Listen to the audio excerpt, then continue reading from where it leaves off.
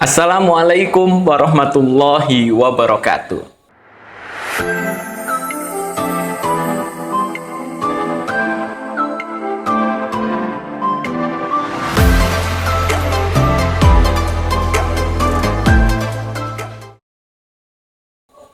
Hustle culture. Pernah nggak teman-teman mendengar istilah tersebut? Ya, itu adalah sebuah budaya di mana orang-orang itu orientasinya pada karir, pada kerja, atau di bahasa lain disebut gila kerja. Tentu hal itu tidak baik ya, karena orang-orang yang gila kerja atau hustle culture seringkali mengkesampingkan kesehatannya, menomorduakan waktu istirahatnya, sehingga orang-orang tersebut akan mudah stres ketika menghadapi cobaan, ketika menghadapi musibah. Dia sekali lagi akan gampang stres, tidak enjoy dalam melakukan aktivitas, melakukan tugas, perjuangan, dan ikhtiarnya. Padahal kita semuanya hendaknya menjalani aktivitas di lini masa keseharian kita itu dengan enjoy, dengan tenang, dengan penuh kebahagiaan. Kalau kita meminjam bahasanya Imam Syafi'i dalam syairnya ya, yang termaktub dalam kitab Diwan Asy-Syafi'i, itu beliau mengatakan da'il ayyama taf'alu ma tasya. Sudahlah, biarlah hari-hari itu berlalu. Kerjakan apa yang kamu sukai. Jadi kita dalam melaksanakan aktivitas itu tidak usah kiranya risau terhadap segala sesuatu. Semua pasti akan berlalu.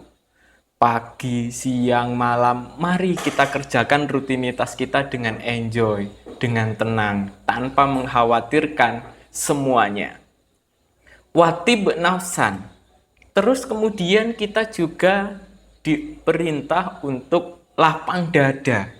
Watib nafsan ida hakamal kodoa. Jadi ketika Allah sudah memutuskan takdir untuk kita harus lapang dada. Karena bagaimanapun kita sebagai hamba, kita sebagai manusia, wilayah kita itu ada di area ikhtiar. Allah area hasil. Itu sudah sesuai dengan job desk-nya masing-masing. Nggak bisa kita campur adukkan, kita yang mengurusi hasilnya enggak.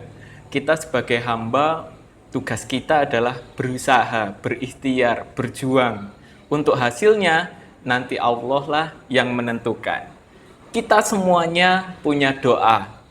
Allah punya hasil. Kita semua punya ikhtiar dan Allah punya takdir. Saya rasa dengan memahami itu semuanya, maka kita dalam menjalankan setiap ikhtiar sehari-hari akan totalitas, tidak cemas, tidak gundah ketika cobaan rintangan menghampiri kita. Ya, kita lakukan dengan enjoy. Wala tajza lihadisatil layali. Dan jangan kemudian kita semuanya gelisah. Ada rintangan dalam kehidupan kita, terus kemudian kita gelisah. Setiap malam bingung, stres. Saya rasa itu tidak bagus. Fama lihawa disidunya bako. Ini yang paling penting, bahwa setiap rintangan, setiap musibah, setiap halangan itu tidak ada yang kekal abadi. Semua pasti berlalu.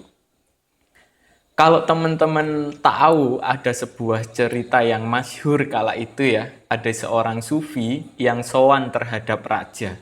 Kemudian sang raja itu bertanya, "Wahai sufi, tolong kasih aku satu kalimat. Saya sudah mendengar banyak motivasi. Saya sudah mendengar banyak nasihat, ceramah yang panjang lebar.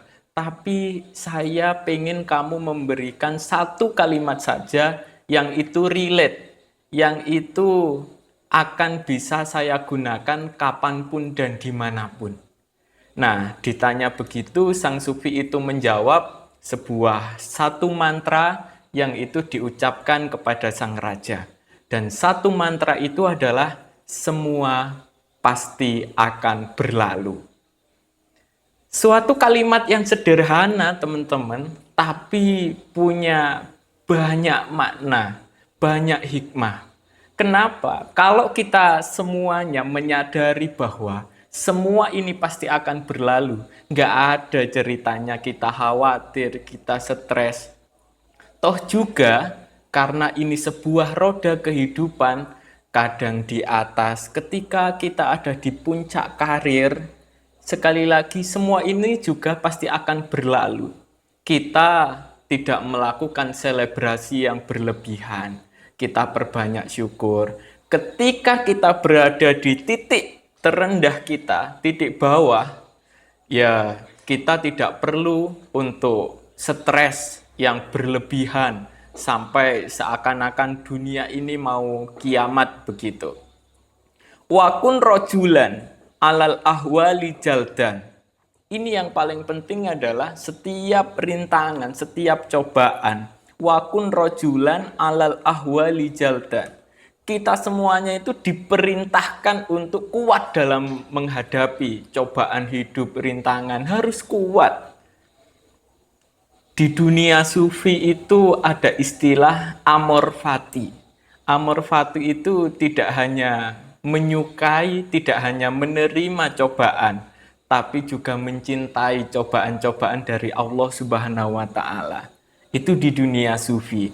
Sekali lagi, kita harus kuat dalam menghadapi rintangan yang hinggap di dalam hidup kita. Semua pasti akan ada jalan keluarnya. Inna ma'al usri yusra. Bersama kesulitan, pasti ada kemudahan bersama ya.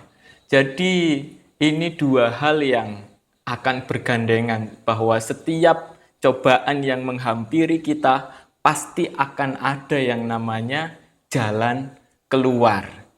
Sekali lagi Allah juga sudah berjanji bahwa la yukallifullahu nafsan illa wus'aha. Sudahlah, cobaan yang datang kepada kita, Allah itu berarti sudah mengukur. Oh, kapasitasnya hambaku ini segini, maka cobaan yang saya berikan segini. Jadi nggak ada cerita orang yang tidak kemudian bisa menemukan jalan keluar daripada musibah atau rintangan-rintangan itu.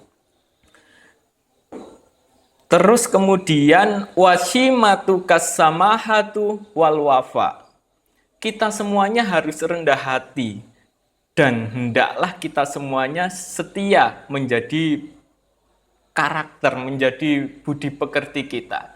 Kalau kita maknai teman-teman syair ini, betapa kita itu dituntut untuk mempunyai rasa empati, saling tolong menolong, tetangga kita kesulitan, ayo kita bantu. Inilah yang kita rangkum dalam mari menjadi manfaat. Harus bisa memberikan manfaat kepada orang lain. Saya rasa begitu. Wallahul muwafiq ila aqwamit thoriq. Wassalamualaikum warahmatullahi wabarakatuh.